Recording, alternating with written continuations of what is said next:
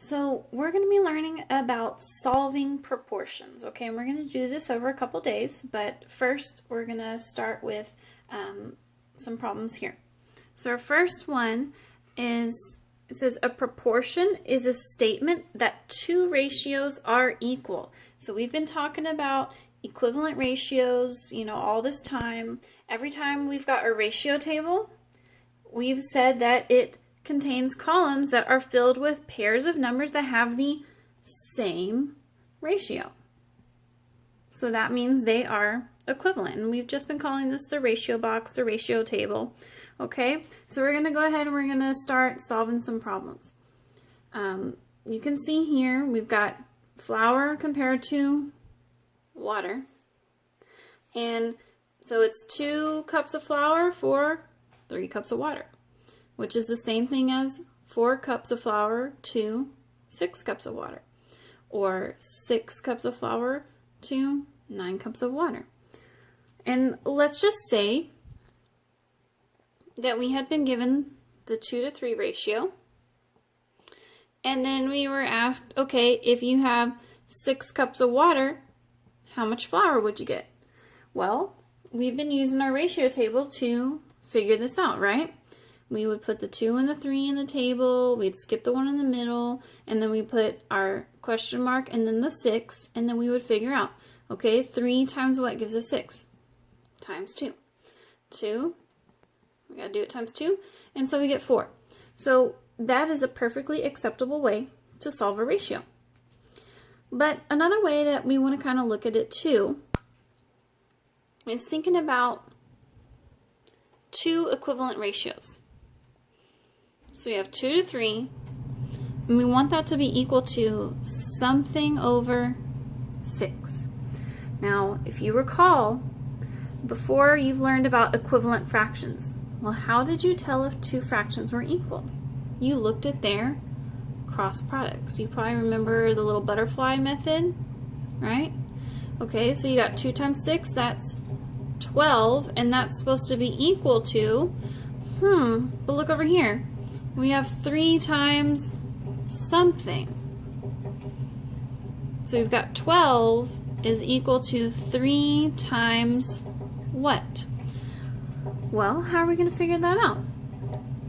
If you don't know what to multiply by, what do we always do? Divide. So if we divide by 3 here, we divide by 3 there.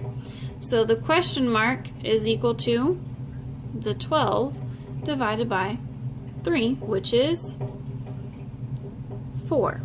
So that's kind of a preview of what we're going to be doing. I'm going to give you 2 different ways to solve ratios, or I'm sorry, proportions. You can use our standard ratio table. That will work for you, okay? But also we have this new kind of method that might be a little bit easier for you. It's called cross multiply and divide. So I'm going to explain it a little bit more in our first example. And I'm going to show you both ways. So to make a cleaning solution, you mix 1 cup of bleach with 16 cups of water. How much bleach should you mix with 80 cups of water to get the same strength of cleaning solution? So if you see right here, we have our steps, and this is for with the ratio tables. So first we're going to create a ratio table, okay? Here's our ratio table. Remember, it doesn't have to be fancy, okay? And what are we comparing? Bleach and water. So we've got B for bleach and W for water. And it says we need 1 cup of bleach for 16 cups of water. And then it says how much bleach should you mix with 80 cups of water? Okay, so with 80 cups of water, we got to figure out 16 times what gives me 80. If you don't remember what to do, you take where you need to go and you divide by where you're at now. So you would do 80 divided by 16, which would give you 5. So 16 times 5 would give you 80. So you do 1 times 5, and 1 times 5 is 5. Okay? If they're asking you a question like how many times bigger or how many times smaller, you're going to want to use your ratio table, because you see this times 5 here?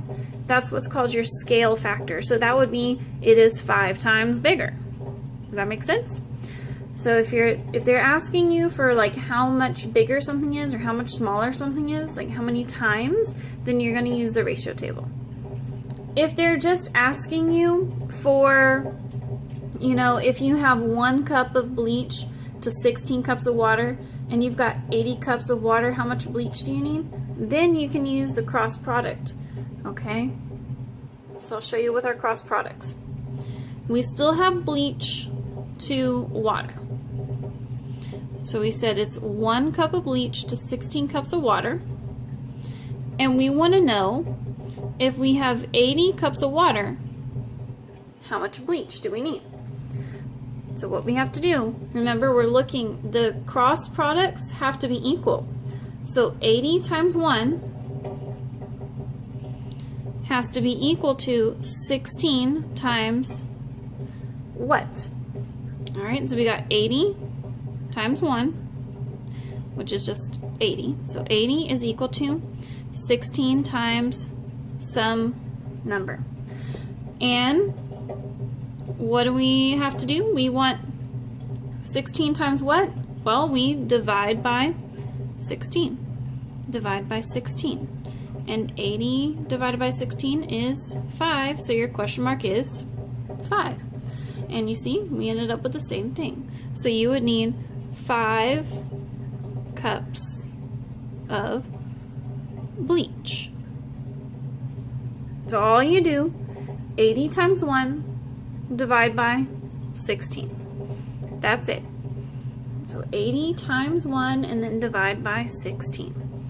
You multiply the two numbers that are across from each other on the diagonal, and then you divide by the third number. Go to the other side. All right.